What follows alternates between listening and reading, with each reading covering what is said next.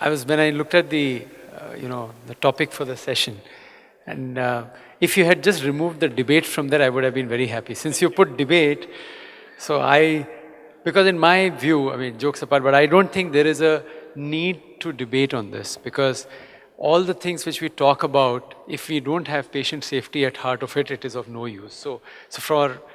In terms of debate, I'm for the motion in that sense. But what I wanted to do was give you some examples of what we have been doing and how that we think is helping the patient safety movement. And then I also like to draw upon what Mrs. Reddy was talking about in a minute. So I'll give you an example of things like, patient safety. If I can just go back a little and say patient safety will come from compliance. She talked about compliance. It will come from people having time to do things. It will come from people having standard procedures. It will come if there are technology solutions which are easier to do. So not like one baby surrounded by 100 other equipments. So things like that, if you drill it down, give you an example that I've talked about it to some of you earlier, so it's a repeat, so please bear with me. It's a simple thing about in an OT when the surgeon goes, they have to scrub, right? So you have to put your hands in water, and for whatever number of minutes you have to do. So there is running water and then you scrub.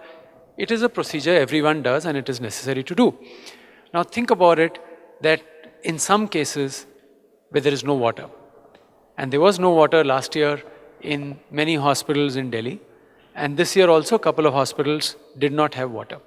And these were reports which were published. There must be many reports which are not published and we don't know about. So think about it, what does a surgeon do? In an emergency, he has to do what he has to do. So we are compromising on the safety. So one of the things which there is a technology available now is where it is a waterless scrub. Of course, it is a waterless scrub and it takes less time and things like that. Now, that is an example of technology that's called AvaGuard, by the way. So that's an example of technology which is helping the clinical practitioner do his or her work faster and better, which ultimately improves the patient safety. So that's a indirect way of saying that. There is another example I want to share with you, that in the hospital environment, we know, I mean, I've heard jokingly, my doctor friends have said, don't come to the hospital unless you are ill.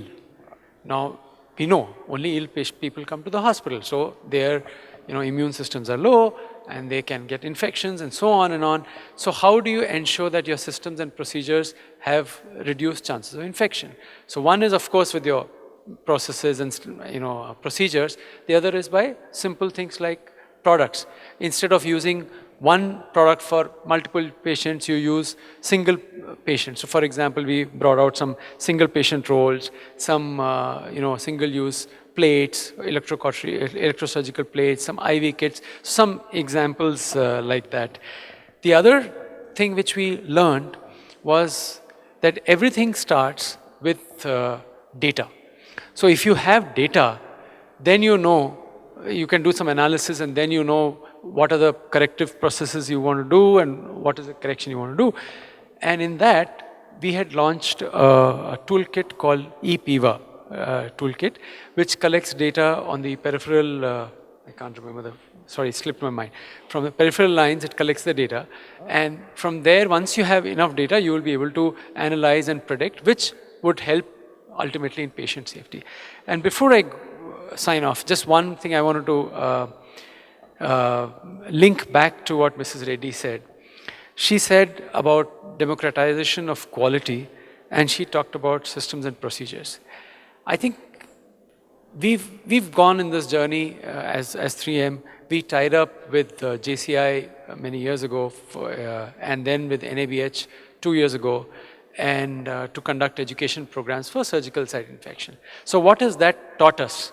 Of course, we've benefited, and we've also done a lot of education programs across the country. But what that taught us was that if we are able to explain, educate the people concerned in the hospital, whether it is nurses, whether it is technicians, whether the support staff, on what are the things required to be done to reduce infection, it really helps the patient in the end. So with that, I think there are some examples. Obviously, I mean, it's a vast field, I can't talk about that, but I just say that the technological products can really help the clinical practitioner to do his or her job better, to make better